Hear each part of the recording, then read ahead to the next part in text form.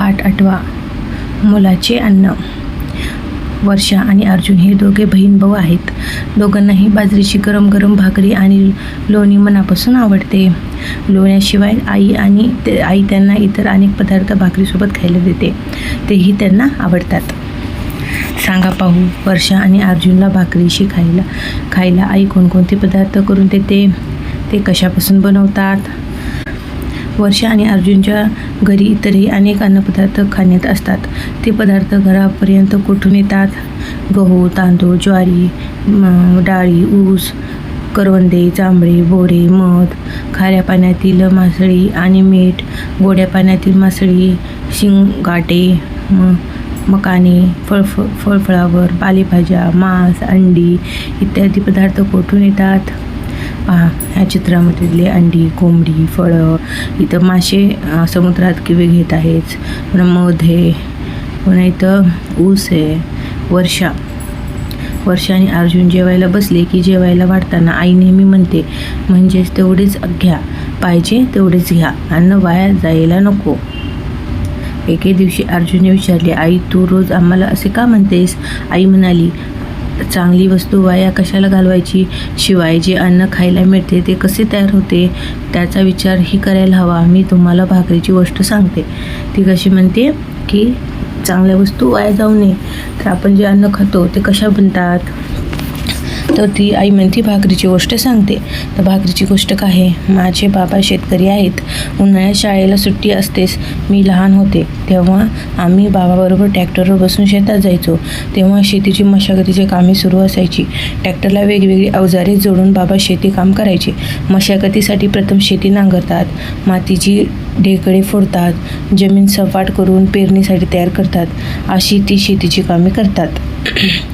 मग मृगाचा पाऊस पडला की उन्हाळ्यात तापलेल्या मातीचा वाफसा होतो, तेव्हा बाबा शेतात बाजरीची पेरणी करायचे. काही दिवसांनी बाजरीची रोपे मातीतून डोके वर काढत बाजरीच्या जोडीने शेतात तणही वाढते, ते काढून टाकावे लागते. त्यासाठी बाबा मजूर लावत. मजुराला खर्च येतो. पावसाच्या पाण्यावर बाजरीची ताटे जोमाने वाढतात. हळूहळू बाजरीच्या ताटांना कणसे लागतात. त्यांना दाणे भरून लागले की पाखराच्या झुंड कोवळे दाणे खाण्यासाठी येतात. गोफण फिरवून पाखरांना पळवून लावावे लागते. दाणे पूर्ण भरल्यानंतर कापणी करावी लागते. कापणी म्हणजे शेतात आलेल्या सगळी कणसे कापून गोळा करायची. नंतर मळणी, उफणी करतात, म्हणजेच कणसापासून बाजरीचे दाणे मिळते. पहा, इथं चित्रात कापणी करत आहेत कणसाचे. म्हणाली, कापणी मला समजली, पण मळणी आणि उफणणी म्हणजे काय? आई म्हणाली, सांगते, तसे करून पहा, म्हणजे तुमच्या लक्षात येईल.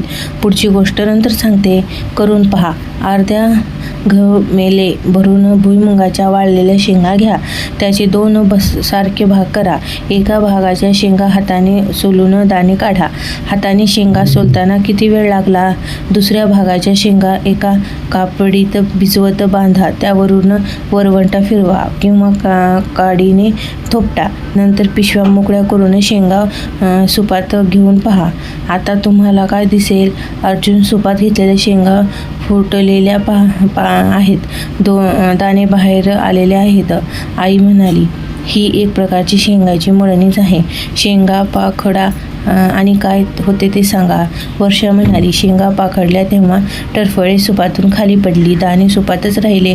असे का होते? आई म्हणते, अगं यावरूनच आपल्याला उलगडते. टरफळे हलकी असतात म्हणून पाखडताना त्या वाऱ्यामुळे उडून दुसरीकडे पडतात. दाणे जड असते, ती सुपातच राहते. उफणी करतानाही वाऱ्याचा उपयोग करून दाणे व टरफळे वेगळे करता येते. आता पुढे ऐका. माझ्या बाबा मळणी आणि उफणी यंत्रणा करतात. यंत्रणामध्ये मळणी आणि उफणणी एकाच वेळी होते. कापणी केलेली कणसे यंत्रात घालतात. दाणे मोकळी होऊन यंत्राला बांधलेल्या पिशवीत गोळा होत राहतात. कणसातील टरफळे आणि इतर कचरा लांब जाऊ पडतो. पण यंत्र नव्हती तेव्हा मळणीसाठी बैलाची मदत घ्यावी लागे. उफणी करण्यासाठी थोड्या उंच जागेवर उभे राहतात व मळणी केलेल्या धान्यात सुपात घेऊन जमिनीवर सांडतात. त्यावरून वाऱ्याचा टरफळे आणि हलका कचरा दूर जाऊन पडतो. बाजरीचे दाणे जवळच पडतात आणि त्याची रास तयार होते. यंत्रणाने केलेले काम सोपे होतात, मात्र कष्ट आणि खर्च करावे लागतो. माहीत आहे का तुम्हाला? यंत्र नसेल तर मळणी करण्यासाठी बैलाचा उपयोग करतात. शेतात त्यासाठी एक गोल जागा तयार करतात. त्याला खळे म्हणतात. खड्यात एक गुंठा मधोमध उभा करतात. त्याला बैल बांधतात. बैल त्या गुंठ्याभोवती गोल गोल फिरतो. त्याच्या पायाखाली त्यातील अशा रीतीने कणसे रचून ठेवतात. बैल कणसावरून फिरायला लागली की त्यांच्यावर वजनामुळे दाणे फुटतात आणि पीक जास्त असेल तर मोठे खळे तयार करतात. एकाच वेळी 2 किंवा अधिक बैले लावून मळणी करतात. मळणी अनेक दिवस चालू राहते. ते काम बैलासाठीही कष्टाचेच असते. ओफणीनंतर मिळालेले धान्य पोत्यात भरून ठेवतात. कीड लागू नये, त्याची उंदीर, घुशींना नासाडी होऊ नये म्हणून योग्य ती काळजी घेतात. घराला आवश्यक तेवढे धान्य ठेवतात. उरलेली पोती गाडीत भरून बाजारपेठा पोहोचवतात. तेथे व्यापारी धान्य विकत घेतात. तेव्हा शेतकऱ्यांना उगवलेल्या धान्याची त्याला पैसा मिळतो. अर्जुन, एक भाकरी कुठे बनली अजून? आई, अरे भाकरीची गोष्ट इथं संपत नाही आहे. व्यापारी जे धान्य विकत घेतात ते साऱ्या देशात विकले जाते. ते ट्रक किंवा मालगाडी सगळीकडे पोहोचवले जाते. त्यासाठी हमाल आणि ट्रक चालवणारा श्रम करावे लागते. शिवाय वाहतुकीचाही खर्च येतो. आता धान्याची पोती किरकोळ विक्री करण्यासाठी दुकानदारात येते. लोक त्यांच्याकडून धान्य विकत घेतात. ते निवडतात, स्वच्छ करतात, त्याची पीठ करतात. मग स्वयंपाक करताना पीठ मळतात, थापणे, भाजणे, भाकरी करतात. इंधनासाठीही खर्च होतोच. तेव्हा कुठे वर्षा आणि अर्जुन ताटात भाकरी पडते. इतक्या लोकांच्या प्रयत्नाने अन्न तयार होते. ते अन्न वाया घालवणे चांगले का? बिलकुलच नाही. माहीत आहे का तुम्हाला? शिंगाडे आणि मकाने असे काही जणांच्या खाण्यात अनेक 2 पदार्थ आहेत. ते गोड्या पाण्यात वाढवणाऱ्या विशिष्ट प्रकारच्या 2 वनस्पतीपासून मिळतात. ते गोळा करण्यासाठी, स्वच्छ करण्यासाठी, वाळवण्यासाठी, साठवण्यासाठी आणि त्यांच्या वाहतुकीत सुद्धा अनेक जणांचे श्रम करावे लागते.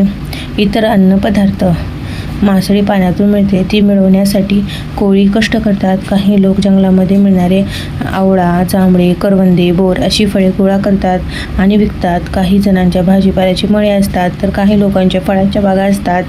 काही लोक कुक्कुटपालन किंवा पशुपालन करतात. हे सर्व लोक आपला व्यवसाय चालवण्यासाठी खूप कष्ट करतात. त्यांच्या प्रयत्नातून विविध प्रकारचे अन्नपदार्थ आपल्याला मिळतात. त्यांची साठवण, वाहतूक, विक्री करणे तसेच त्यांच्यापासून खाद्यपदार्थ तयार करतात येते. अनेक लोकांचे प्रयत्न व मेहनत कामी येतात. त्यावरून खूप खर्चही होतो. म्हणून अन्नाची नासाडी होणार नाही याची काळजी आपण सर्वांनी घेणे जरुरीचीच आहे. आपण काय शिकलो या पाठामध्ये? आपल्याला आहारात येणारे पदार्थ शेतमळे, तळी, समुद्र, जंगली, पशुपालन गृह अशा निरनिराळ्या ठिकाणाहून मिळते. धान्याचे पीक येतात. शेतीच्या मशागतीपासून धान्य पोत धरून गोदामात साठवण होईपर्यंत अनेक कामे करावी लागते. कापणी, मळणी, उफणी ही प्रत्येकाने काही कामे असते. पहा, त्यापुढे धान्याची वाहतूक, विक्री, खाद्यपदार्थ तयार करण्याची कामे करावी लागतात. तेव्हा अन्न आपल्या ताटात येते. शेतीप्रमाणे इतर अन्नपदार्थाच्या उत्पादनामागे अनेक लोकांची कष्ट असते. अन्नाची नासाडी होऊ नये याची काळजी आपण सर्वांनी घेतलीच पाहिजे. हे नेहमी लक्षात ठेवा. अनेकाच्या प्रयत्नातून आपल्याला विविध अन्नपदार्थ मिळतात. त्या सर्व लोकांविषयी आपण कृतज्ञ असावे. हे आपण नेहमी लक्षात ठेवले पाहिजे. तसेच हा व्हिडिओ आवडला तर नक्की मला कमेंट करा, शेअर करा, जेणेकरून अशाच प्रकारे नवीन व्हिडिओ तुम्हाला पाहण्यास मिळेल व यापुढील पाठ्यघटक आपण पुढील व्हिडिओमध्ये पाहूया. धन्यवाद.